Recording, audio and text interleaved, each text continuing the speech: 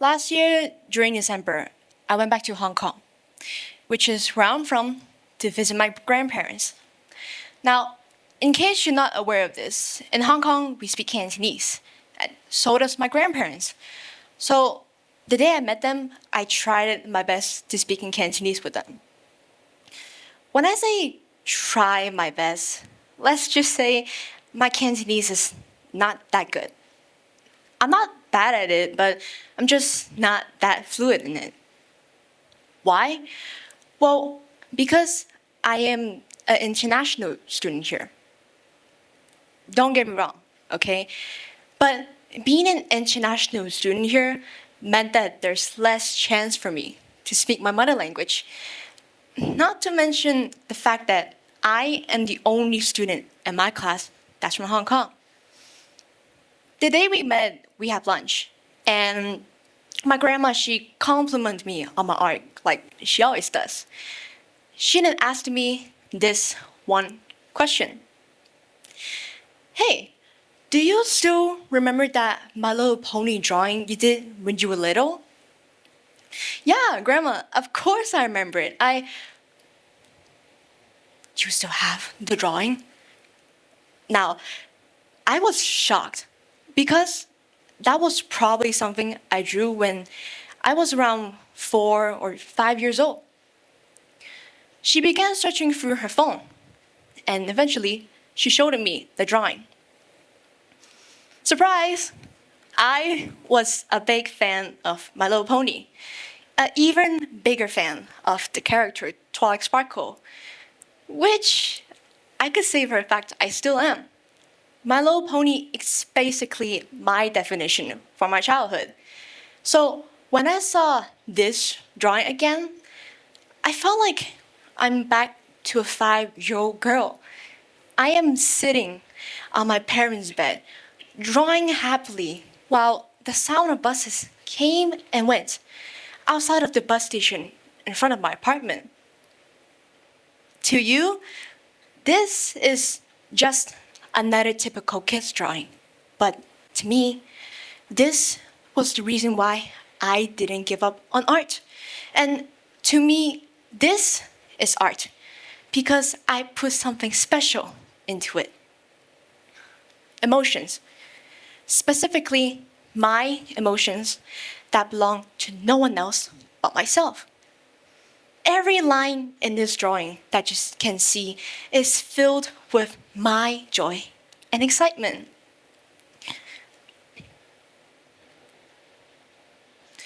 And of course, maybe I was too excited. You could see that her hair and her tail isn't colored all the way. So what? I didn't draw this because I want to put it into an art competition, but because drawing brings me happiness and allows me to express myself. So, you see, art is truly fascinating because even though it's hard for me to communicate in Cantonese with my grandmother sometimes, we were still able to build a connection through the emotions of art. Because seeing this drawing reminds her of me, and that makes her happy. Art is the result of expressing. Now, to express, it speaks, but not the type of speaking where we move our mouth around and make noises. Art communicates by emotions. Art also transcends language, time, boundaries, and bond people together with the same shared experience. Now, I'm sure most of you have seen this painting before, right? This is The Starry Night, painted in 1889 by the Dutch artist Vincent van Gogh. And throughout his life, he had suffered from depression, and he didn't really start drawing until the age of 27. This painting was inspired by the view from his window in his room while dealing with his mental illness during his 1-year stay at the St. Paul Asylum in France. Even till this day, people still visit his painting because obviously this is painted by one of the most famous artists from history. But you see, people don't love his painting because they know that Vincent van Gogh drew it, or because they think how perfect this painting is. The answer might be something more simpler than you expected. It is because people felt a connection with Vincent van Gogh. They are empathizing with him, and they felt seen. Now, this connection is like when you walk into a room full of strangers and you feel really uncomfortable, just like me right now. And just then, you suddenly saw a friend of yours in a crowd. You suddenly felt relieved, a sense of reassurance, and you feel like you're no longer alone. There's this quote that I really like that's from a Mexican poet. His name is Cesar A. Cruz. He said that art should comfort the disturbed and disturb the comfortable.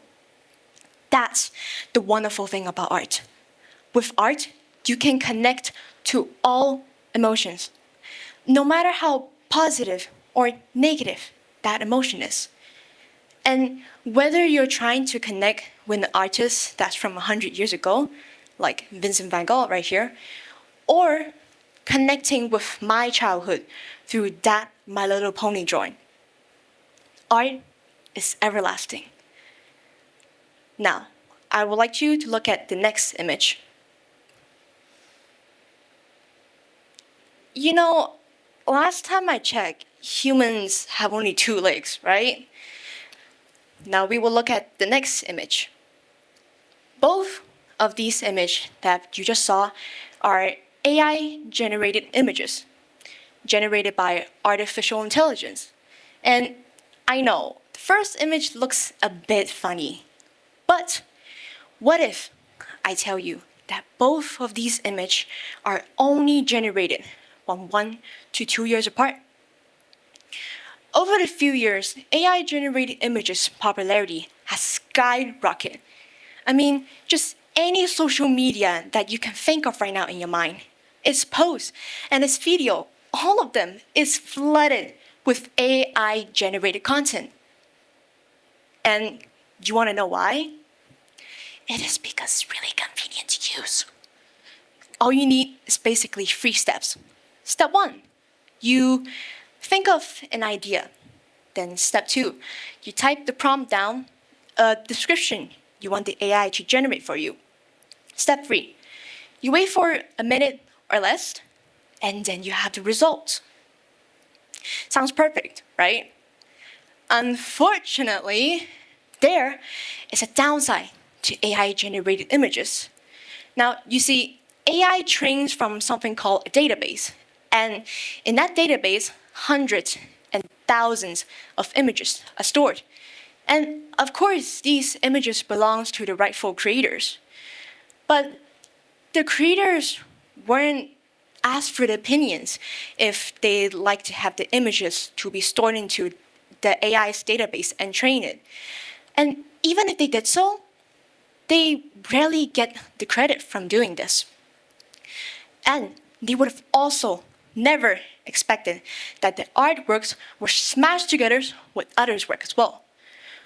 What this also means is that the message that the artists had put into the work, it's no longer being experienced as they originally intended to. The emotions that the artist had once put into the work, it's now being distorted into something unrecognizable. So, I think the answer is clear by now. AI-generated images are not art. When you look at most AI-generated images, you often notice that they don't feel like they have the genuine emotions in them. Take another example of this AI-generated images of a boy. Now, perhaps you like it, but the emotions don't exist. The AI did not create this image because it felt sad, but because it was simply told to. Art's true value always comes from the emotions and efforts artists put into the work.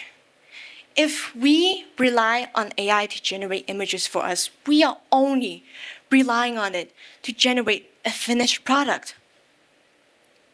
To many artists and to me, the process of creating is what gives art its meaning. It is what gives art life. And this is something that AI cannot do. So, here's a question. What can we do then? Do we ban everyone from using AI-generated images? Not exactly. So, what can we do then? For now, I think the option for us is to coexist with AI-generated images. What? But you just said that AI steals image and credit from people. Isn't what you're saying right now contradicting what you just said about AI? I know. I understand your point.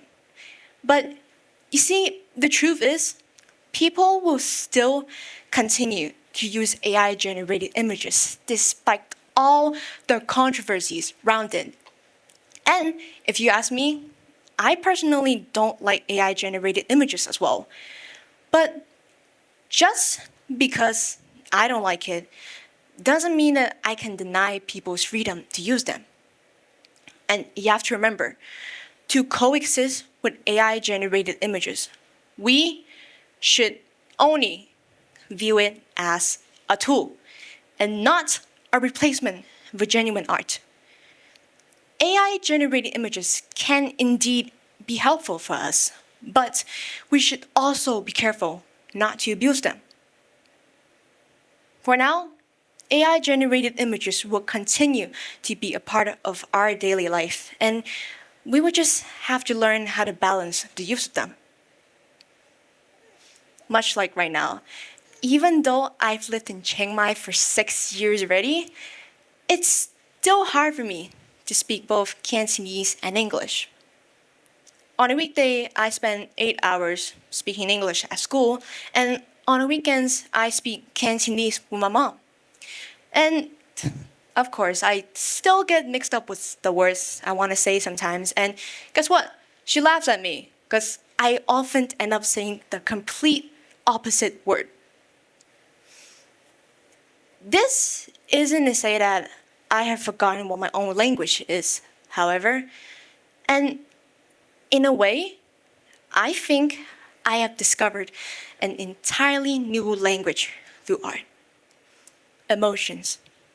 With emotions, it doesn't matter anymore if I get the words right or not. All I have to care about is if I can successfully deliver my emotions through my art. Before I end my speech, I want to teach you all a sentence in Cantonese. 我係一個藝術家. In English, this means I am an artist. And because I am an artist, I will continue to share my emotions and my experience through my art. Because I am not limited by any language to express myself. Thank you.